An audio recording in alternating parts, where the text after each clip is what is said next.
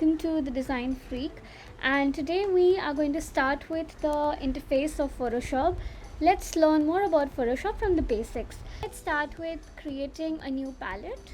Taking a new canvas, you will get an option over here.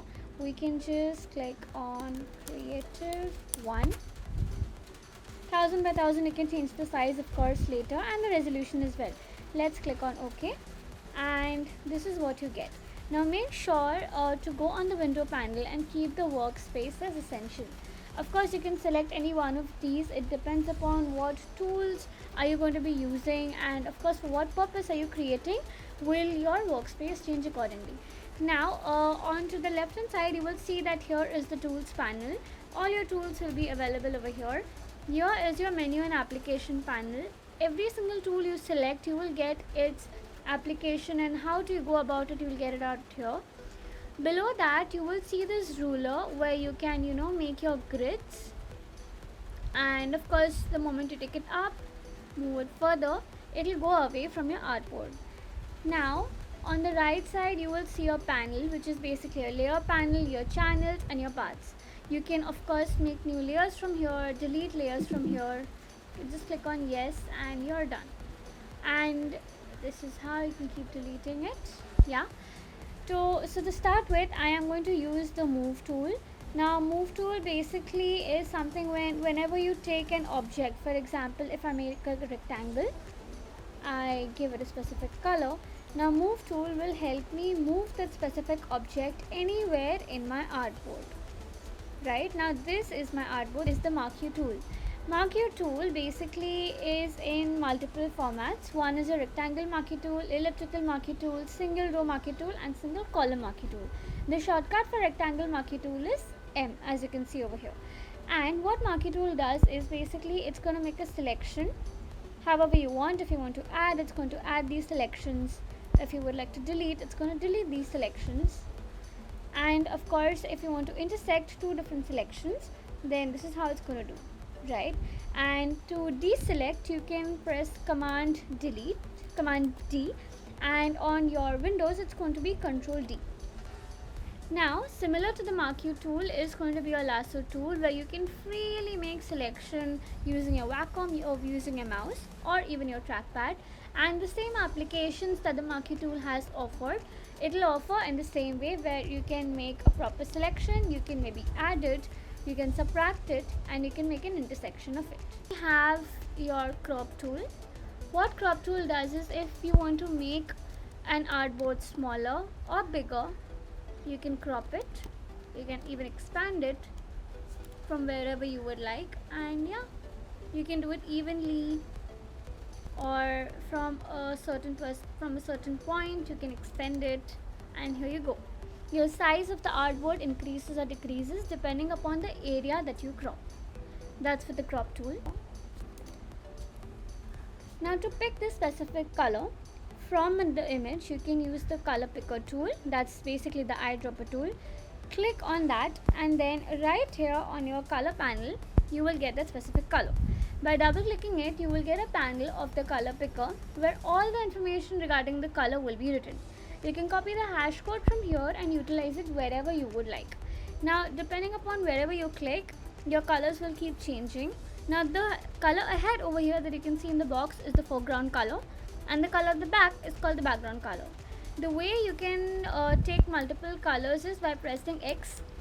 You can change it, and if you would like to fill that color on your layer, you can just press command delete or control delete, where whatever color is selected on your background will now be filled in the entire area. So that's about with the color picker tool, or basically the eyedropper tool. The shortcut right here you can see is I. Now the very important tool is the brush tool. To start with that, you can take a new layer over here. Make sure your brush tool has been selected.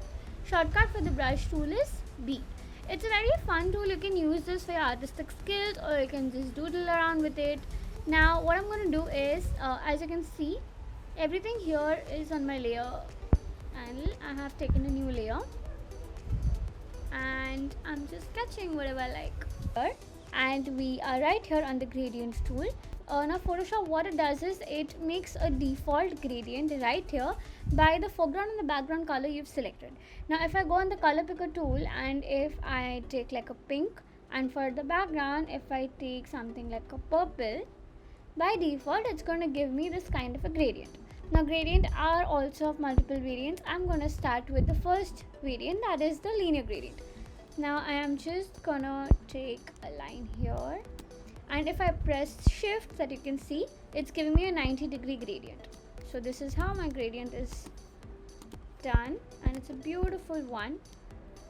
And of course if you release the shift, you can go in any direction that you would like. And if you go ahead with the radial one, what this is going to do is it's going to keep your foreground color at the center and your background color towards the end. Next over here is basically your angle gradient, where it's going to give a 90-degree shift to the angle you have selected. I think this is also pretty cool. It makes like an illusion of a polygon, and then the rest is of course your gradient, right? These are the three primary ways you can create a gradient. To continue ahead with is basically your text tool. Let's type some text over here. I'm going to type design, and to increase the font size of that, we can press command shift and the bracket, open bracket. Now that you can see, the text is not even readable because the color that has been selected by default is the foreground color. To change the color of that, we're going to command A, select the entire text basically, take the color picker tool and change that. Now to, of course, like there's another way of increasing the text size. You can command T it, like select it, and then from one point you can just increase this.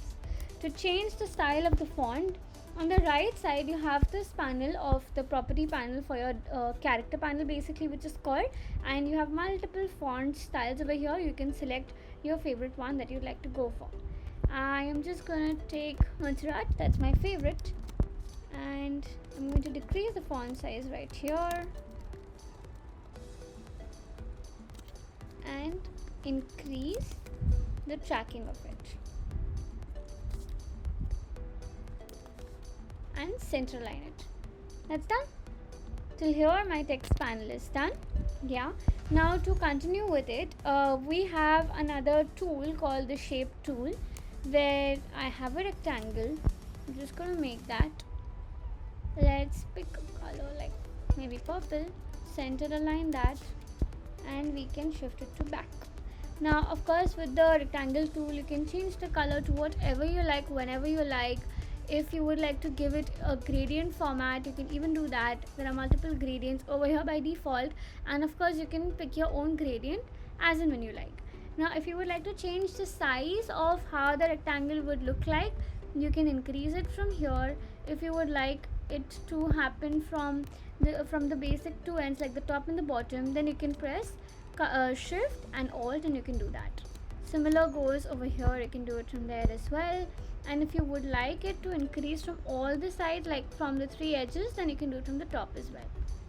Now once that's done, you can always align it, and that's all about your rectangle tool. Similar to that, you have your round rectangle as well. Now the difference between the rectangle and round rectangle is that on the ends over here, on the corners, you see that it's a little round in shape as compared to the one that we have in the rectangle tool. It's pretty sharp. So that's the only difference between the round rectangle and the rectangle tool. Other one that we have over here is the ellipse tool. Once we make, now to get a proper ellipse, you can press command, press shift and dragging it till the time you want a perfect circle to be formed. And you can hide whatever other layers you don't want. You can make it smaller. Let's make design smaller. Here, let's align that. Yep, we're done with that. And another important tool is basically the hand tool. Now with the help of your hand tool, when you zoom in and if you would like to move up or down, you can use the hand tool.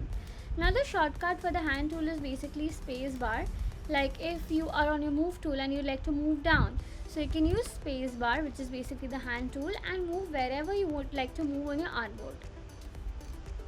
And the last is the zoom tool, where you can zoom in and zoom out, shortcut for which is Z.